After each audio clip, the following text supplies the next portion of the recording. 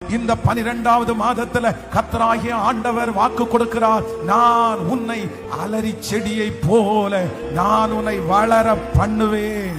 சத்துருக்களுக்கு முன்பாக நீங்கள் வளருவீர்கள், சொந்தங்களுக்கு முன்பாக நீங்கள் வளருவீர்கள், உங்களோடு இருக்கிறவர்களுக்கு முன்பாக நீங்கள் வளருவீர்கள். கர்த்தராகிய ஆண்டவர் இன்றைக்கு கிருபையாய் வாக்கு கொடுக்கிறார்.